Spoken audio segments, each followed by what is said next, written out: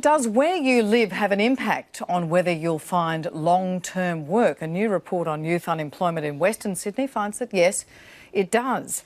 Young people growing up in the area, which has concentrated pockets of unemployment, have less chance of completing grade 12 or accessing post-school training or education, leaving them undertrained and often disengaged. While the situation is far more dismal in remote and regional areas, it's a problem right around the country. Since the global financial crisis, the number of jobs for 15 to 19-year-olds has halved. In all, there are 97,700 fewer jobs for young people. Overall, almost a quarter of Australians aged 15 to 24 are not fully engaged in work, study or training, and those in low-skilled jobs such as manufacturing and retail face uncertain futures due to automation and technological change. Katie, it's your organisation that's commissioned this excellent piece of research. There was one stunning bit that hit me. There's looking at Western Sydney as a kind of case study. It finds there's 8,677 young people who could be in full-time education. Currently, they're not doing anything of much. That's 580 full TAFE classes. Where are they? What are they doing?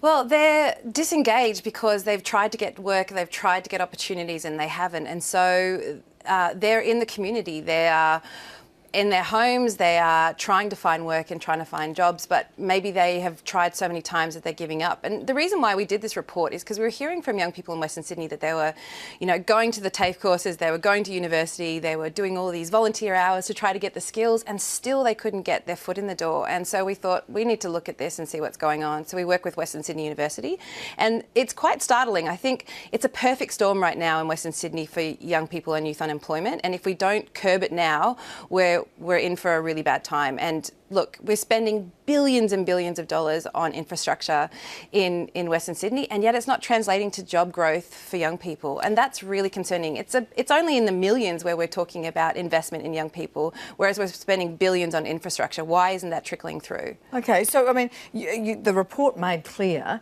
that you have these similar pockets around the country, and remote and regional Australia are particularly affected.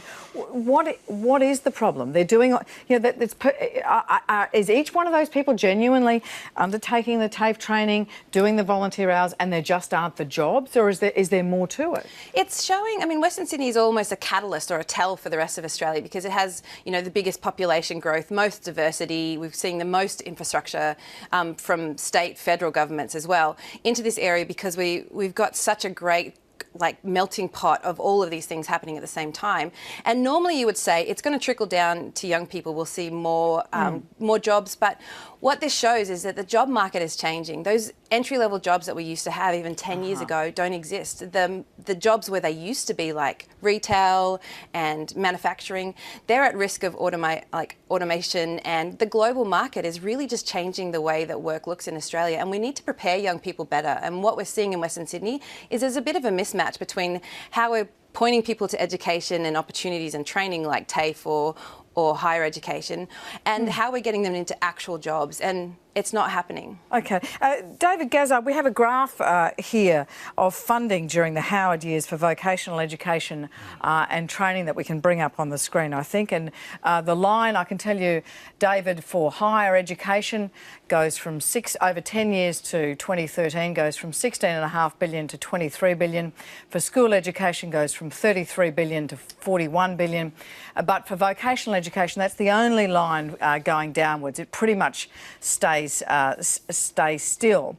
I mean, to what extent do you think is this crisis of joblessness a result of that disinvestment over that 10 years to 2013 when you were sitting in the Treasurer's office? I don't know if that's the case, although I agree with what Katie is saying, and I see it in the things I tell my own children who are at school age.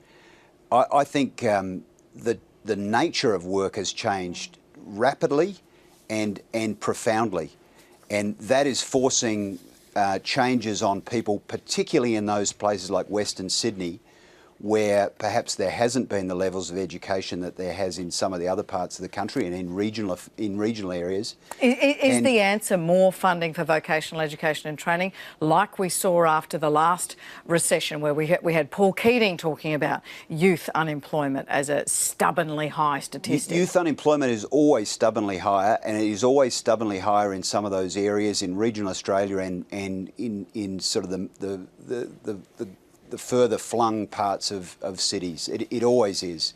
The thing I think is necessary for people to be looking in areas to train themselves and to get into courses, and the funding ought to be going in those courses where there's going to be the growth of jobs. Sunil, you were born and raised in Blacktown. You're rolling your eyes listening to David. Why? I mean, the problem is that the training that people undergo now, whether it's at university or vocational training like TAFE, is for jobs that may not exist even in 5 years. We don't even know what automation will do with artificial intelligence. But the fact is that there was a massive disinvestment of TAFE in Australia over 10 years and more than that.